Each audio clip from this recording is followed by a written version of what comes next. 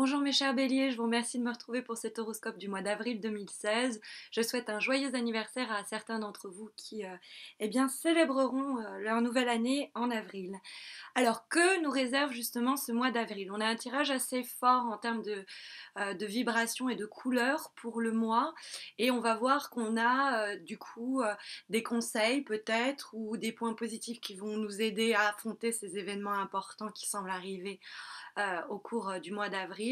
et puis aussi vous donner des conseils sur peut-être des comportements, des attitudes à éviter ou bien vous informer de certains événements qui seront un peu difficiles à affronter mais qu'il va falloir braver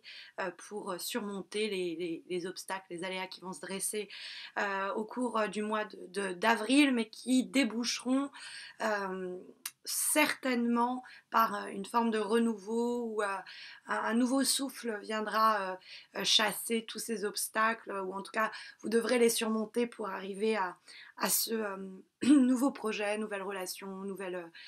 quelque chose, il y a un nouveau souffle qui arrive avec le battleur que l'on voit donner, que l'on voit et qui donne la couleur pour ce mois d'avril. Alors,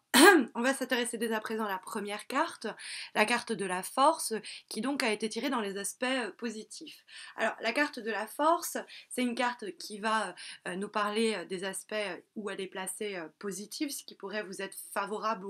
ou vous aider au cours du mois d'avril. Et la force, alors d'une part, ça va encourager toutes les démarches qui vont être réalisées et plus particulièrement aussi toutes les actions que l'on va mener soi-même, que l'on va décider de mener soi-même. C'est la carte qui évoque le fait de prendre les problèmes à bras le corps. Hein, on affronte les situations que l'on rencontre et on va peut-être même de cette façon, en prenant les choses en main, faire jaillir des opportunités, etc. Maintenant, c'est vrai que la carte de la force peut sous-entendre que eh bien, ça va vous demander pas mal d'investissement, que ce soit en termes émotionnels ou en termes physiques, ou en termes mentaux, hein, c'est-à-dire ça va vous accaparer au cours du mois d'avril et il va falloir, eh bien, comme je vous disais, pas hésiter à remonter les manches et à se dire ok j'y vais, parce que la carte se trouve quand même dans les aspects positifs, donc en plus d'être encourageante et encourager le fait de prendre les choses à bras le corps, ça va aussi signaler que ce serait plutôt pas mal pour vous de ne pas hésiter à affronter et prendre les choses en main. La carte de la force, c'est la maîtrise des problèmes, la maîtrise des situations, parce qu'on a confiance en soi, parce qu'on a confiance dans le projet, parce qu'on a confiance dans la relation, peu importe la situation en l'occurrence, mais il faut avoir confiance en soi et il ne faut pas hésiter non plus à d'une façon ou d'une autre taper sur le point de la table si nécessaire, mais il faut savoir que la force reste plutôt une idée de force tranquille, hein. Donc normalement il n'y a pas besoin de forcer les choses, de passer en force, mais il ne faut pas hésiter à s'imposer ou à imposer ses idées et ça peut passer par des comportements ou des décisions qui vous demandent beaucoup de force mentale, beaucoup de confiance en vous et il va falloir la trouver, quoi. Alors en face, dans les obstacles et les difficultés qu'on pourrait rencontrer au cours du mois, on a la carte de l'ermite qui se trouve donc dans les obstacles, qui est une carte qui en général est un peu ralentissante, mais compte tenu de la dynamique globale de ce jeu, je vais plutôt la comprendre comme une période de célibat, peut-être, une période d'isolement, une période de solitude, une période de restriction, que ce soit en termes financiers ou que ce soit en termes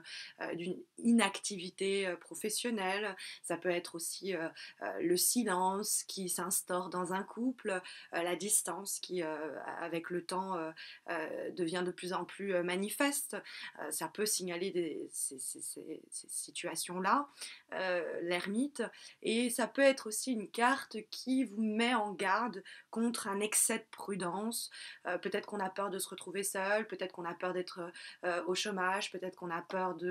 d'être seul parce qu'on se dit cette situation, cette relation, cette chose-là ne me convient pas, il faudrait peut-être mettre fin, ou alors il y a quelque chose qui arrive à sa fin et ça nous fait peur pour la traversée du désert que l'on voit arriver, mais c'est peut-être juste nos craintes. Donc il faut essayer de mettre ça de côté, parce que l'ermite normalement fait preuve de patience, fait preuve de sagesse. Là, ça pourrait nous dire attention à, comme je vous disais, à être un peu trop précautionneux, avoir un petit peu peur de sauter dans le vide. L'ermite, il va faire très attention il met un pas devant l'autre et puis il avance lentement. Mais là, c'est justement une carte qui va vous dire non, on y va. Hein. La force, c'est une carte rapide, c'est une carte active, c'est une carte où on n'hésite pas à foncer. Bon, avec une conscience des choses, hein, c'est pas on fonce comme le mât ou le fou de façon impulsive, mais c'est une fois que les choses ont été mises en place, on y va. Ou une fois qu'on est sûr de son choix, de cette impulsion que l'on doit porter là où elle doit nous amener, ben on y va quoi. Et l'ermite, comme il est un peu trop sur la prudence, un peu trop circonspect, on va dire, ça peut vous dire faites attention à pas vous faire bouffer par un excès de logique ou un excès de réflexion qui finirait par vous jouer à essayer de un peu de reculer avant de sauter, quoi. C'est genre j'évite, je repousse au dernier moment parce que on sent qu'en vibration, avec l'arcane sans nom que nous avons tiré, qui est autrement appelé l'arcane de la métamorphose ou encore une fois de la mort, pour être un petit peu plus radical, est une carte qui nous parle de grands changements, qui nous parle de métamorphoses importantes ou qui nous parle de déblocage d'une situation qui doit, compte tenu de la teneur du tirage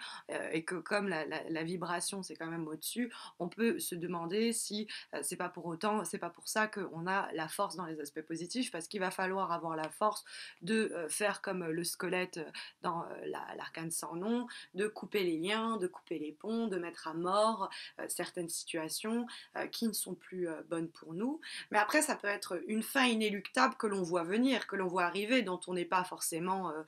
maître. On ne peut pas peut-être le gérer. Mais néanmoins, la carte de l'arcane sans nom dit, c'est là, ça arrive, il y a quelque chose qui doit se terminer ou quelque chose qui doit prendre fin. Mais c'est pas très grave pour autant, puisqu'on a une très jolie réponse, hein, une sorte les cartes communiquent hein, entre elles, mais il y a ce que j'appelle les dialogues entre les cartes qui se font face, et à la mort